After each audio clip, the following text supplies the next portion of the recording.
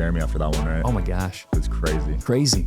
And it's just, I mean, it's crazy how an episode before lauding him because he turned down $1 million. Yeah. And it could have gone up to 2 million, 3 million. And Jeremy wouldn't have taken it. Wow. Because he's just the kind of guy that if you put your trust in him and you ask him to do something, he's not going to screw you over.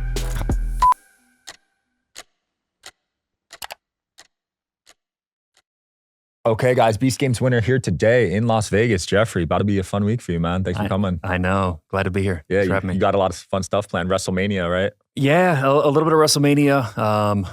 Then David Blaine, and then heading down south to go to, or heading over west to go to Disney. How fast has your life been changing lately? Yeah, a lot different. I mean, sitting here with you is super cool. A lot still the same. Still coaching my son's baseball team, taking the kids to school. But yeah, just I every few days I kind of have these sprints where a podcast recording, sitting down with a TV station, whatever it may be. But life is good, man. I love it. Does it feel kind of unreal?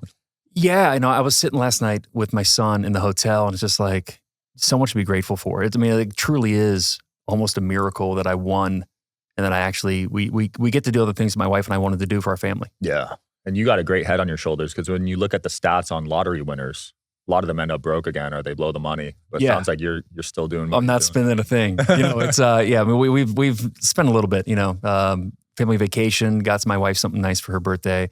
But other than that, it's kind of going, how do we make this work to ultimately achieve our goals? Yeah. And your goal, your son is a big part of your goals, right? Huge part. Yeah. It's with the rare disease, it's that doesn't have a treatment, doesn't have a cure. Just trying to figure out ways. And, and part of me is like, how do I look at this fresh? Forever you want to throw money to academia to do academic research, but I do think there's other ways to try to help get creatine to his brain. And I think I got to get creative to do it. Yeah. I'm sure a ton of different people reached out to you with their opinions. Was there anything interesting that caught your eye for that?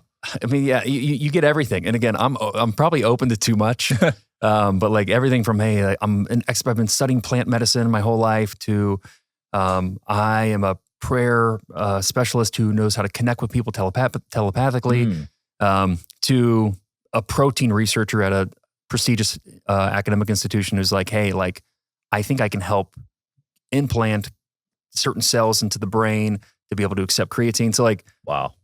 I got, part of me is like, I need someone to help kind of make sense of what's reasonable and what's not. Yeah. But either way, people want to help. And that's like the biggest, one of the biggest takeaways from Beast Games is I don't have a ton of people saying, hey, can I have some money? Can I do this? Of course, I get that in my DMs, but these are perfect strangers. I have more people saying, how can I help? Or I'd love to help, or I'd love to pray, or I'd love to support. That's beautiful. Yeah. I think Jimmy did a good job painting your story on the show. Yeah, it's Jimmy, Mac, the entire team. Yeah, I mean, I couldn't be more satisfied with the edit. Yeah, your character arc was brilliant, man. It worked out well. Yeah, because they waited about halfway to start telling your story, and then it really grew on people, I think. But and that's probably by design, but also like I didn't get to tell my story until you get deeper into the games. Because that was my whole aim was I want to go on the show to tell Lucas's story. Yeah. But to do that, like I need to have a camera in my face and have these questions being asked. But it really didn't happen until we got to the island, episode 5, 6. Yeah. And so like I just got to keep going. I have to keep going through each challenge to actually make it far enough to share the story. How tempting was the island? Did you want to be one of the 10 on that one?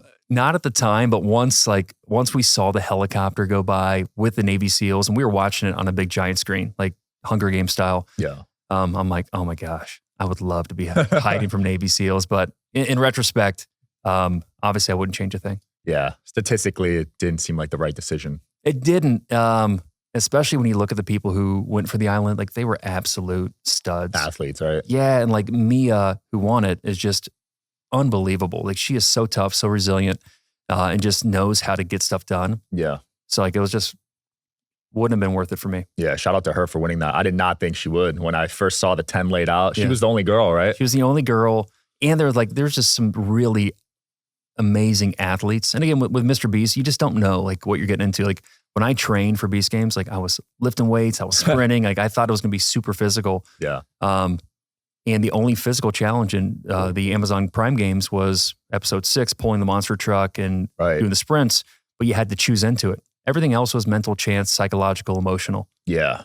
Yeah. Shout out to Kinsta, today's sponsor. You know, when we first started building our brand online, I had to teach myself everything from marketing to monetization. But one of the biggest pain points, hosting.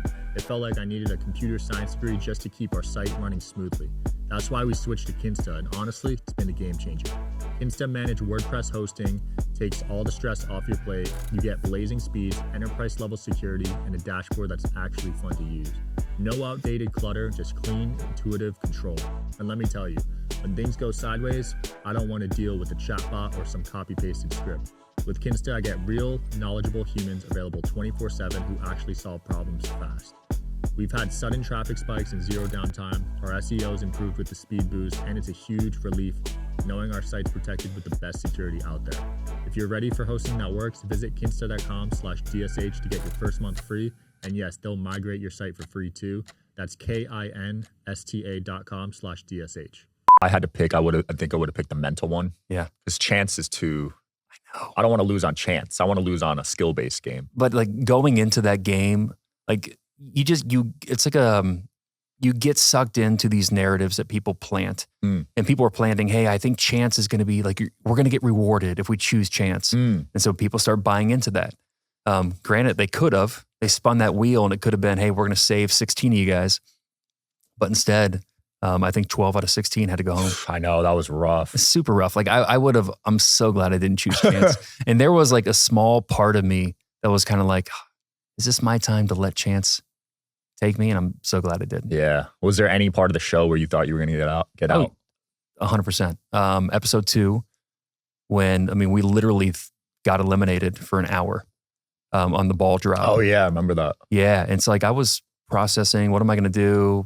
What is today? I'll fly home tomorrow. I'll hang out with the family for a day. Then I'll be back to the grind. Episode 3 in the cubes, I thought I was going to get out. After episode 4 in the helicopter, like I didn't realize how much of a kind of a ruckus Jeremy caused with his handing out the tickets. Right. So like I had to like earn trust back with people. Like, so there was like 3 episodes in a row or, 3 challenges in a row where I go, oh my gosh, my back's up against the wall. After the monster truck, I felt like super confident and kind of, I don't want to say I sailed, but I was remarkably calm kind of after that. You saw that on the show too, just with your demeanor. Yeah, it just, you kind of get into the zone and then you realize, gosh, like I looked around and I think part of the thing that helped me win was the people. Yeah. And there was just, out of the people who were on the island, there were 60 of us. I'd say 90% were really good people who didn't want to screw people over. And that helped. Yeah. I think that surprised Jimmy. I saw him talking about it on an interview. He thought there'd be more backstabbing, right? And I think season 2 is going to have it. I think season 2, I think people are going to know what kind of game they want to play. Yeah. And I think season 1, like this was so brand new to everybody that it was like, I don't want it to end. And if you don't want it to end, guess what? Like you don't step in the shit. Right. Like you don't backstab people.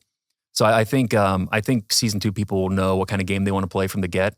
And I think it's going to get nasty. I can see that. Yeah, because on season 1, when someone backstabbed, they were a target for everyone else. Like right away. Like the brothers. Yeah, and even like the slightest backstab, like people would like get really offended by. Yeah. So it's but I think going into season 2, it's going to be cool. Yeah. How many of the final 10 contestants were you on good terms with?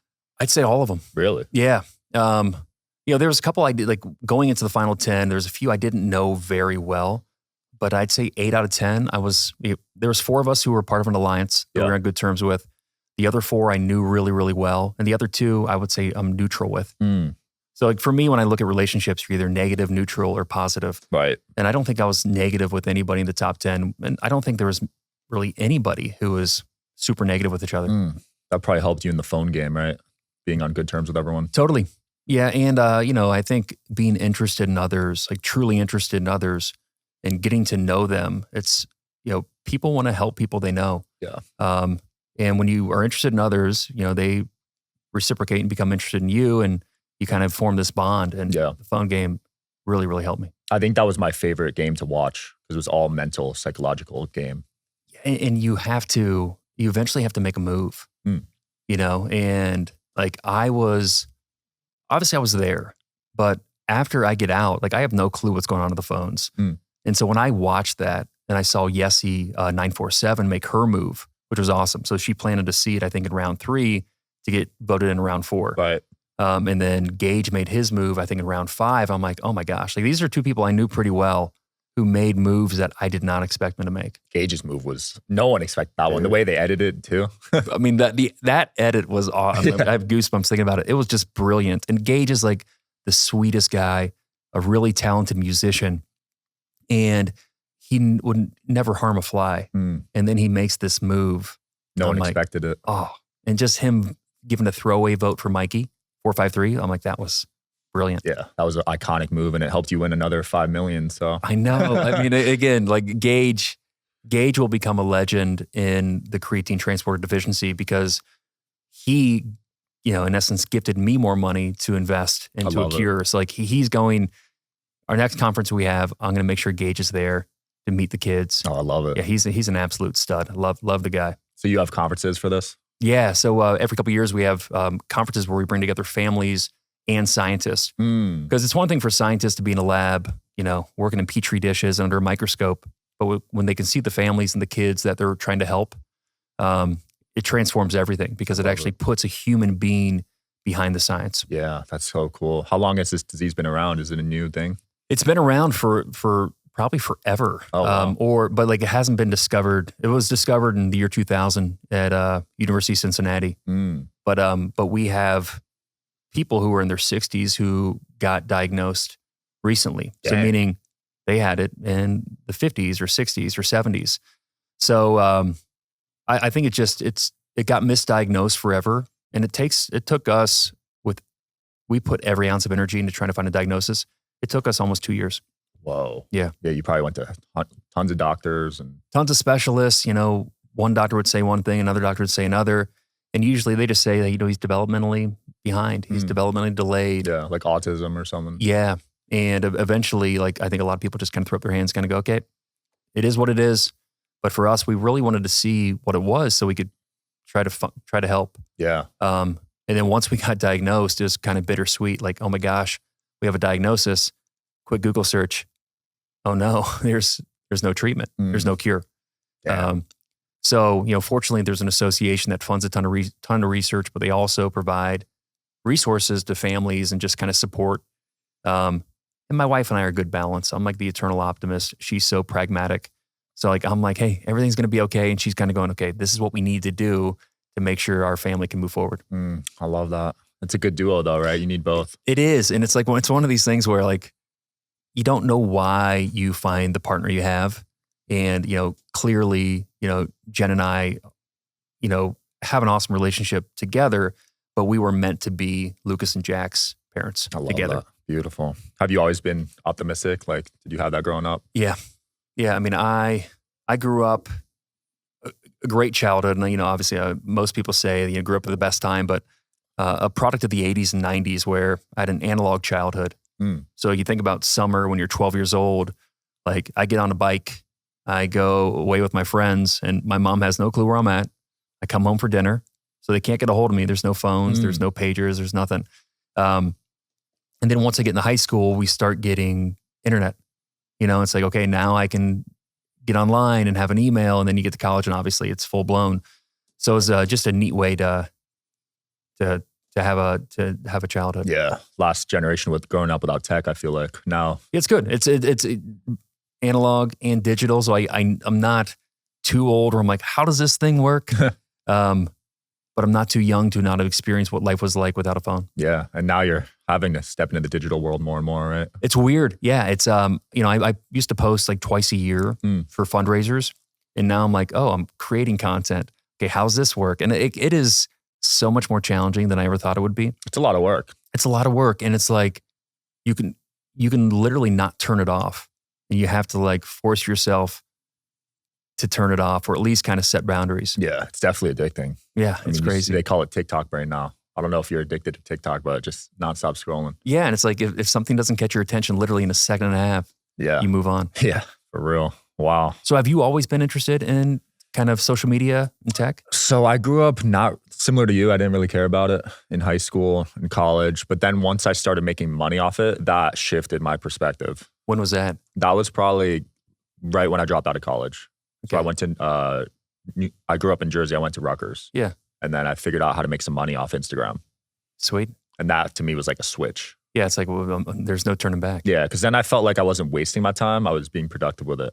And I'm sure you've shared this with people, but like, what is your advice for people who have this kind of entrepreneur spirit, who are junior, senior in high school? Like, how do you assess whether to go to college or not? Oh, that's tough. Yeah, for me, it's passion based.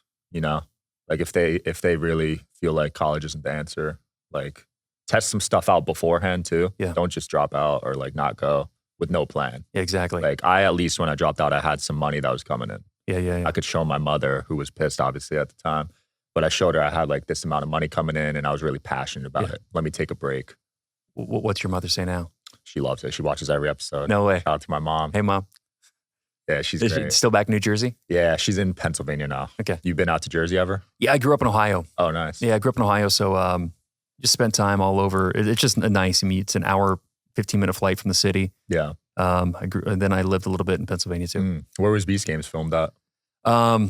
Originally, the episode 0 was in Vegas. Oh. Yeah, at Allegiant Stadium. So the one on I saw that YouTube. one.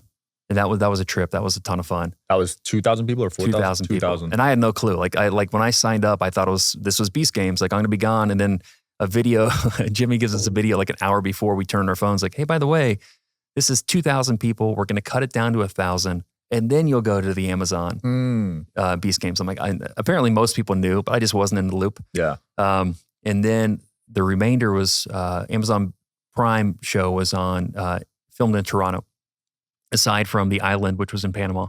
Wow, that's cool. I didn't know that. Yeah, and we had all these ideas of, because in the contract, it shares a few countries that you might go to.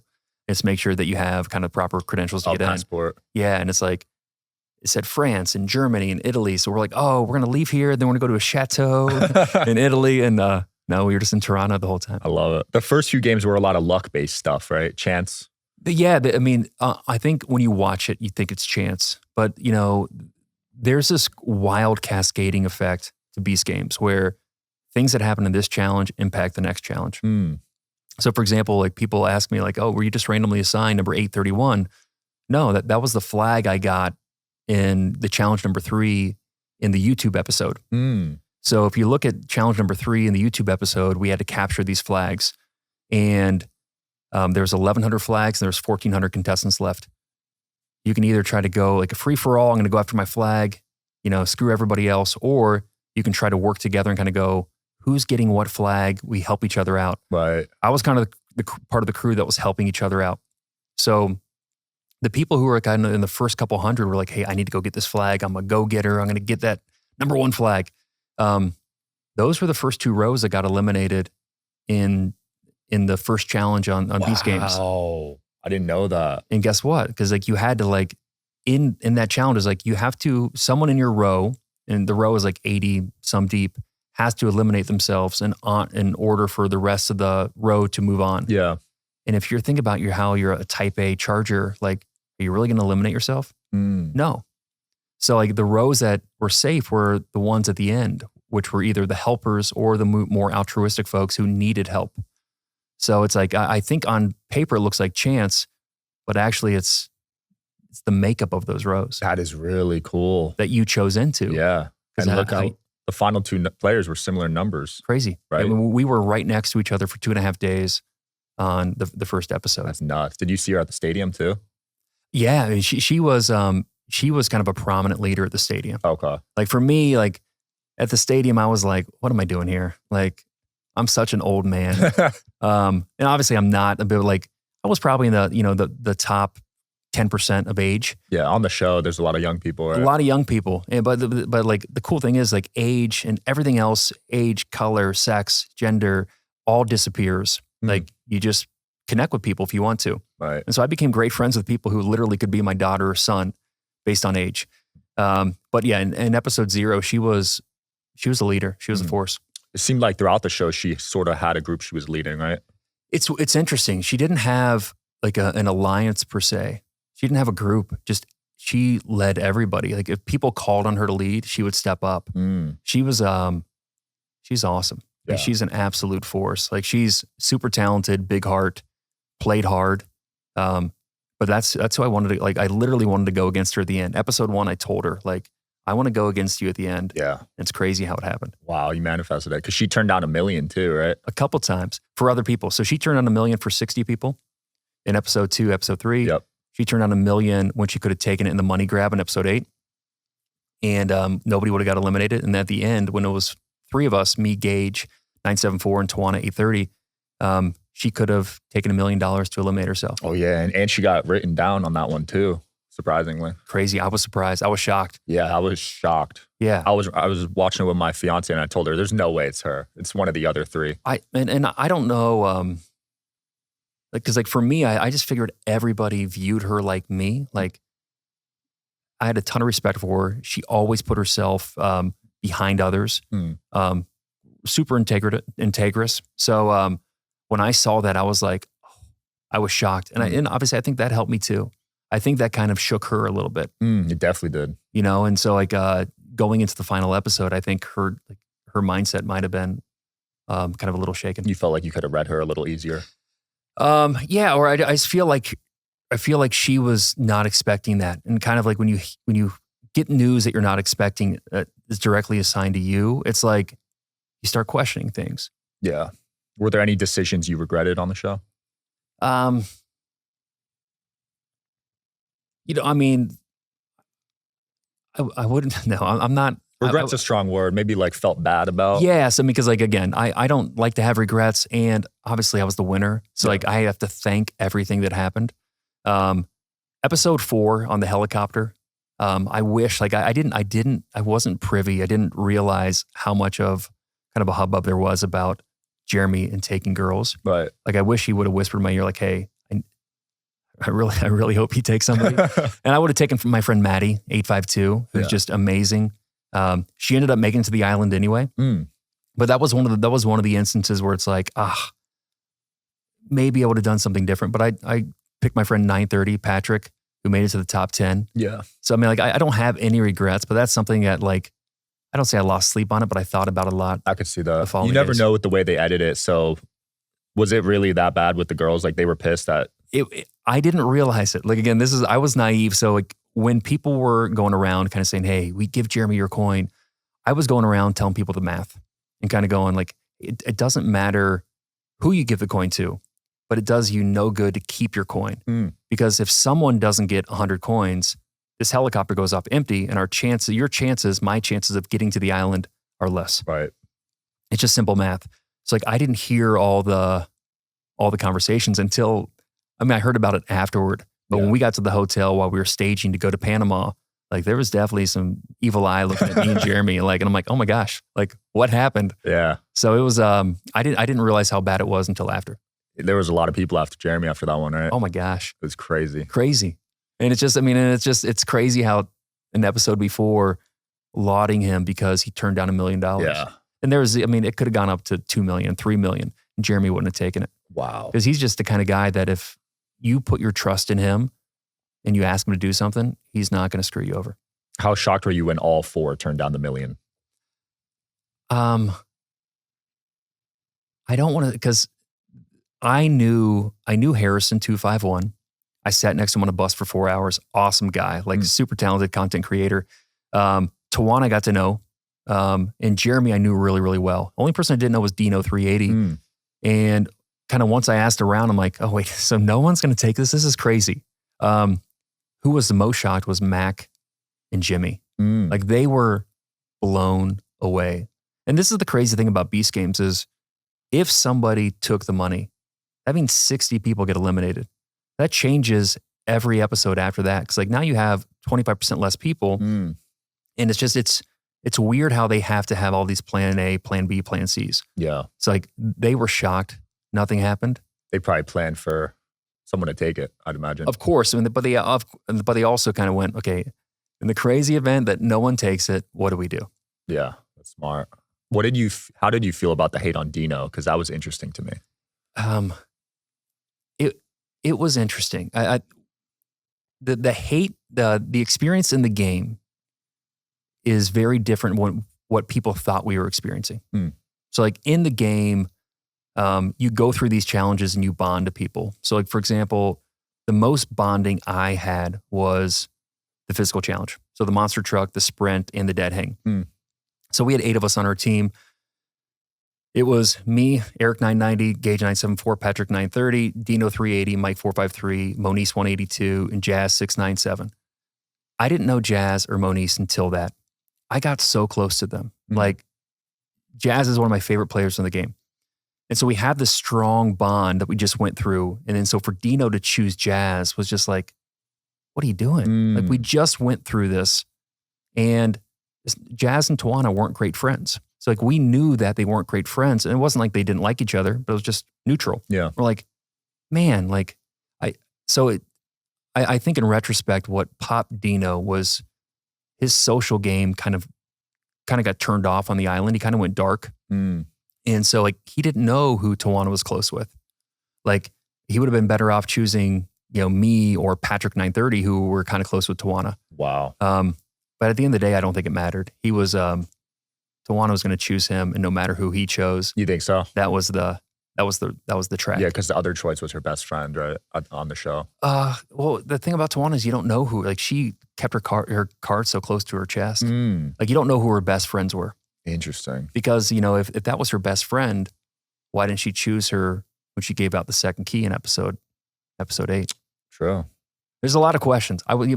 Tawana would be a great guest. Yeah. Like, I think she has so much to share. Yeah, I'd love to dive into her mindset. Yeah. I'm also curious with the people that turned down the money, like if they regret it, I'm sure. Like $1 million. $1 million, or even like, you look at the first episode, like, you literally could have pressed a button, eliminated 6 or 7 people, and taken home 100,000. Crazy. Like, 100,000 is not chump change. Yeah. It's just, but you get into this FOMO, like, oh my gosh, in the first episode, your whole goal is, I want to get to the city. Now you're in the city. Oh my gosh, I want to get to the island. Once you get to the island, you're like, oh, I want to make it to the top 10. Yeah. So you have these things that just kind of override money. Yeah. Which is, it's like an amazing psychological experiment. Like, I would love to see what psychologists who analyze this say about it. They had one on set, right? they had a couple on set. So they had one on set 24/7. So there's multiple psychologists. So if you ever needed to speak with someone, you could. Did you ever get to that point where you had to talk to someone? No. Oh, I mean, nice. I talked to one at the end. Because like, I think when you get down to the final 10 or final 20, when you get eliminated, it's part of your kind of deprocessing or out processing. Right. So I sat with one about a half an hour after I won. Yeah. Yeah. I bet when you're that late in the game, it's a lot of mental trauma if you don't make it. It is. And just even kind of orienting back at home. Like, I remember my wife was like, she was super kind, but like, I didn't know what to do. Like, you're so used to being told where to go. You don't have any technology at all. When to eat. Literally, you wear the same thing. Like, what you see on the episodes is what we wear in between the episodes. So it's not like we're wearing street clothes during the day. Yeah. It was a month, right? Yeah, it was about 5 weeks. Holy crap. Yeah. You're away from your family. Yeah. Was that the longest you've been away from them? Oh, yeah. I mean, it's the longest I haven't talked to my wife since I've known her. Yeah, because you don't even have your phone or anything. Yeah, no phone, no internet. You don't even know what day it is. That's insane. A lot of times you don't even know what time it is. Wow. No clocks anywhere? I mean, people have them, but no one is wearing a watch. They're not on the walls. Crazy. So you had a lot of time to just reflect about your life, I bet. A lot of time to reflect, a lot of time to chat with others. I mean, it felt like you're in the 90s again, early 90s, where you go hang out versus you go hang out with your phone. I saw you on Bradley Martin's show say you applied to The Amazing Race a few years ago, right? I think it was before my wife and I were married. So it had to have been 2012 or so. And we weren't fully committed. So I think we submitted a video and that was it. So like we never moved any more forward, but we would crush it. That show was fun. It'd be so fun. I think you'd do well. It'd be a lot of fun. It'd be great to do with my wife. It'd be great to do with my oldest sister, Stacy. I love it. It'd be a ton of fun. Have you ever done a show like this? No, I want to get on one. Survivor interests me. There's one called The Traders. Yeah. Have you seen that one? Yeah. That one's very interesting to me. Yeah, that one would be a ton of fun. Yeah. So what about season 2? I might have to apply, but it might be closed by now, right? No. Oh, it's not? Not yet. Okay. I'll apply, man. You should. I'm telling you, it even, obviously I'm biased because I won. Yeah. But even if I didn't, like it was life-changing. It was just good to step away for that long and connect with people. And obviously, I'm a 44-year-old man. Like to do these challenges to be competitive again was awesome. Yeah. What a turn for you. Because I saw you say on Brad's show also that you recently got laid off, right? Yeah. So, I've been kind of healthcare sales and sales leadership for my whole life. And last April, I got laid off from a sales leadership role. And I was kind of like, oh gosh, what am I going to do? Right. So I was exploring some kind of entrepreneurial stuff. And God bless my wife for being patient with me. And I applied for this. And it's just kind of as, it wasn't desperation, it was kind of like, I got the time. Why not? And here we are. Crazy how cyclical life can be, because that was probably one of your bottom moments. And then.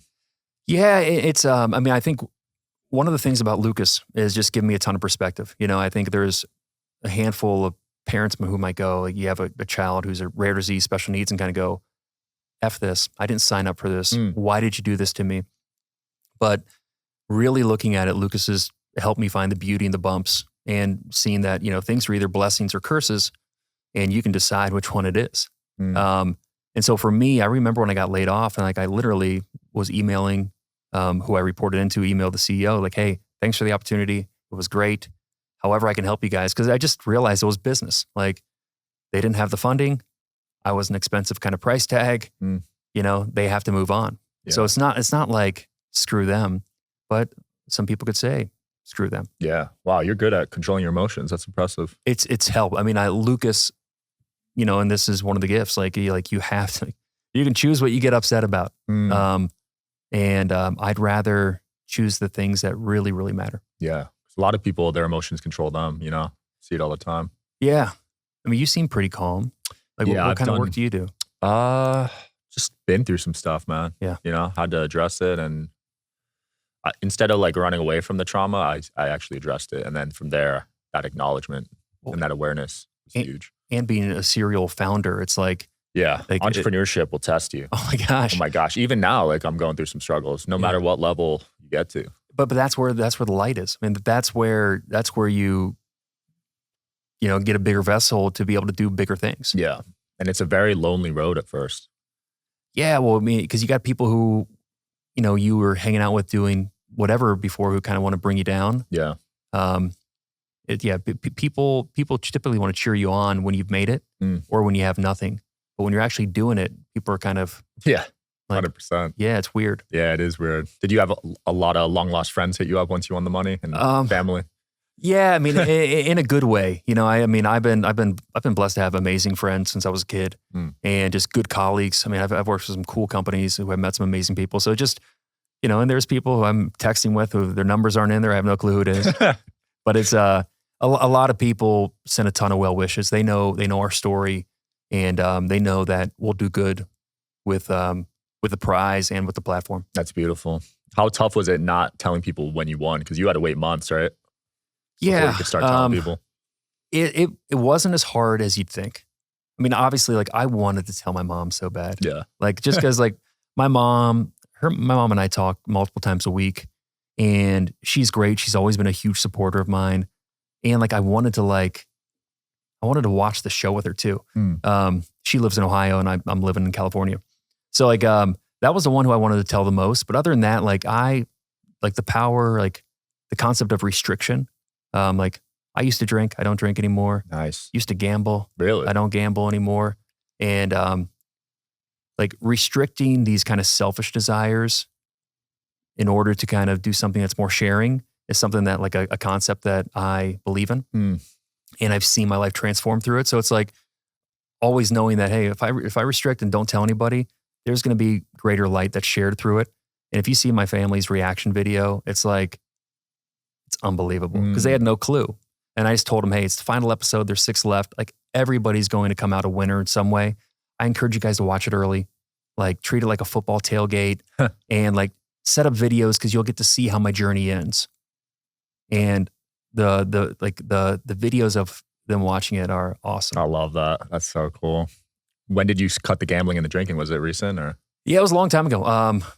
Last bet was here in the city, 2014. Wow. So 10 years. Yeah, 11 years. Well done. Yeah. It was cool. No, and it was and for me, it's just wild how the world works. Literally within a year of me not gambling, money just starts flowing. Mm. You know, so a company I was at had an exit. I got a nice distribution, was able to put that as a down payment on a home. And I quit drinking 9 years ago. Nice. I just took a break and it was awesome. And kind of go, oh gosh, you know, I don't need to drink to socialize.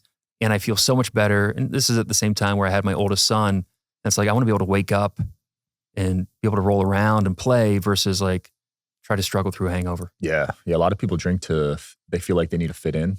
Yeah. But you really don't. Yeah. And once you realize you don't, like, it's like if talking about regrets, like I wish I would have kind of trimmed my drinking or quit drinking earlier. Like it would have been so fun to be in my 20s and actually go meet people versus just drink. Yeah. And hang out at bars. Were you a big partier back in the day in the 20s? Yeah, I'd say so. Yeah. In Cali? No, I was living in Ohio. Oh, Ohio. Yeah. Yeah. You don't know better, right? Yeah. And it just, the rear you grow up, it's like, hey, like college football Saturday, you drink until you pass out. And don't get me wrong. I mean, I had some great times. I was just one of those ones who I couldn't just have one drink. If I had one, I was going to have 12. Were you an angry drunk? No, I wasn't. I was just, I would smile and I'd typically fall asleep. Oh, you were the ones that shut down in the corner? Oh yeah. Yeah, that's me too. Yeah. I stopped talking. Yeah. That's how I was. Yeah. I was like, I mean, it's good that I wasn't angry or picked fights, but yeah, it was one of these, I'd wake up in the morning and kind of go, wait, who did I talk to? Who did I lie to? Who did I maybe overshare with that I shouldn't have? It was just one of those things. My physical hangovers weren't too bad. It's the emotional and psychological that I was like, hey, I got to be done with this. Yeah, it's not worth it. You still watching sports? A little bit, yeah. NBA? I'll watch the playoffs. Yeah, same. Who's your team? Lakers. Okay. You too? I'll root for them. Or Cleveland, right? I grew up being a Cavs fan. Okay. Yeah, and so I mean, I really don't, you know, and I live in the Bay Area, so Golden State is the team. I really don't have a team, but typically in the NBA, I'll root for like an underdog. Yeah. Whoever's not supposed to win is who I want to win. Well, this year, there's a good chance of that, you know? Is Golden State still in? Yeah, they're the 6 or 7 seed, Yeah, but they're looking good. Sweet. They got Jimmy Butler now. Well, and it's just like, you just can't count out Curry. Yeah. He's so good. How's it down there? I hear mixed things about living in San Francisco. It's getting better. That's good. Yes, I mean, I don't live in the city, but I mean, it's so damn beautiful. Yeah. Like it's like one of the prettiest cities in the world. So like, I don't think it's ever going to go away. Like you can't recreate that scenery. But I think some policies could change where it could encourage, you know, more business owners, and kind of be a friendly environment on business and tourists. It's just, I think they've made some decisions that kind of have come back to bite them. And I think we've hit rock bottom and it's starting to bounce back up. That's exciting. Yeah, it is beautiful. You can't knock that. Yeah, but a place like Vegas, it's like, I love Vegas. My wife grew up here and it's just, people out here are hustling. Yeah. People out here know how to like survive and get through stuff. If you want to get something done, guess what? There's people around you who want to help you. I don't want to say the Bay is not like that. The Bay is just a little bit more kind of cerebral, a little bit more kind of head focused. I mean, that's where all the ideas are coming from with social media and tech. But yeah, I where I live, it's just a great community of, you know, head and heart. So I like where I'm at. That's cool. It is hard to beat Vegas though. It's cool. I mean, it's like one of these things where growing up, like, you just think of Vegas as you go through your phases. I'm going to go there to gamble. I'm going to go there to party. Yeah. I'm going to go there for girls, whatever it may be. And then like at my age, I'm like, you can go there for shows, for food, for hiking. I love it, man. For podcasts. For podcasts, exactly. For conferences too. 2 of the podcasts I've been on. Yeah. But I saw you on Iced Coffee Hour. Yeah. That was a great episode too. Yeah, Shout out to those guys. Yeah, they were great. What's the next show you're eyeing or next project? This is it for now. You know, I have some kind of unique opportunities ahead from like kind of a branding perspective that I'm looking at. But like ultimately, I just want to share Lucas's story. Yeah. And the more I can kind of share his story, I've had people reach out to me and I've made some amazing connections, facilitated some awesome meetings with researchers, philanthropists, and people who are doing some cool stuff in startups around tech because of these podcasts. And so for me, it's like, I never know who's going to listen to this, who kind of go, hey, I want to help Jeff. I want to help Lucas. I want to help their family. So I'm going to keep doing it as long as people have me. I love that, man. I know you're starting a foundation. Yeah. We'll link that below if it's up yet. Cool. And awesome. your conferences as well. Sweet. Yeah. Anything else you want to close off with? No, I think we're good. Anything we're missing? No, I think we covered it all, man. Thanks so much for inspiring, and I hope we find a cure one day for this thing. Yeah, and once we do, I'd love to come back and chat about it. Absolutely. Check them out, guys, in the links below. We'll see you next time.